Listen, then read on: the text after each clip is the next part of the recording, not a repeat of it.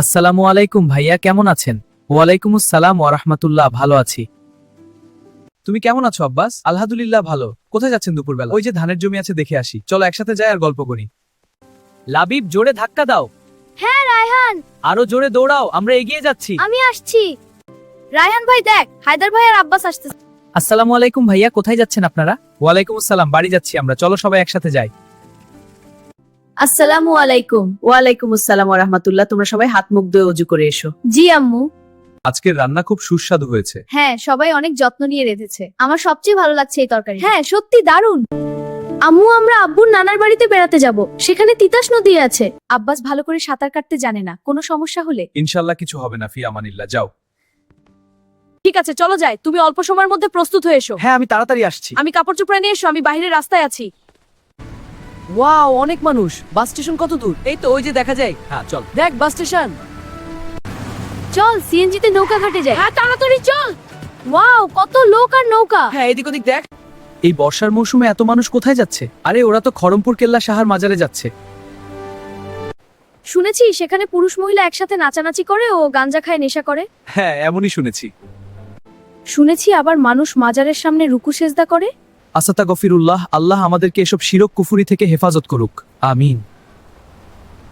চলেন নৌকার ছাদে যাই, ওখান থেকে সবকিছু দেখতে কত সুন্দর লাগবে। হ্যাঁ, পাখিদের কলরব, বক পাখির মাছ ধরার ঠিক দৃশ্য। বলেছো, চলো উঠি। বহুদূর থেকে ছুটে আসা তরং সমীরণ তরঙ্গদে মহান আল্লাহর অসীম কুদরতের সাক্ষ্য দিচ্ছে যেন।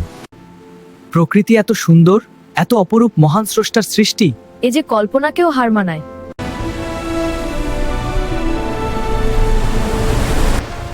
বাঁচাও বাঁচাও বাঁচাও বাঁচাও। ইয়া কেল্লা বাপ বাঁচাও, বাঁচাও, ইয়া গাউস বাঁচাও। বাঁচাও, ইয়া রাসূল বাঁচাও, উপরে কি যেন? ইয়া জিলানী বাঁচাও। লাইফ জ্যাকেট পরে নি। আব্দুল, আমরা আসছি। হাত ধর কেন? বুঝো তাড়াতাড়ি। আমি ভয় পাচ্ছি।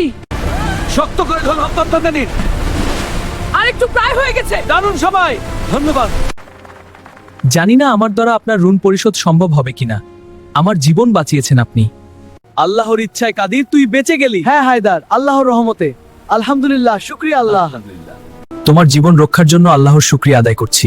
আর আমার প্রত্যাশা, তোমার জীবন রক্ষা পেয়েছে, সে মূল্য তুমি পরিশোধ করবে। তুমি সমুদ্রে পরে ঢেউয়ের সাথে সংগ্রাম করছিলে, আর জিলানী দাসুকি, খাজা বাবা ও গৌসুল আজমকে উদ্ধার করার জন্য চিৎকার করে ডাকছিলে। এখন বল, কেল্লা বাবা ও গাউসুল আজমকে কেন চিৎকার করে ডাকছিলে? আমি ভয় পেয়েছিলাম কাকা। একটা অদ্ভুত শব্দ শুনেছিলাম। তাদের কাছে ফরিয়াদ করায় দোষের কি হয়েছে? তারা কি আল্লাহর ওলি নন? বিপদ মুসিবতের সময় ডাকলে সাহায্যে এগিয়ে আসেন।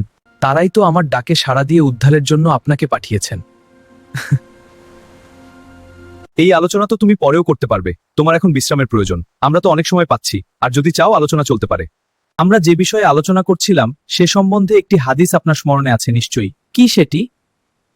আল্লাহ বলছেন, ওয়ামা ইউমিন আকসারুহুম বিল্লাহ ইল্লা ওয়াহুম মুশরিকুন।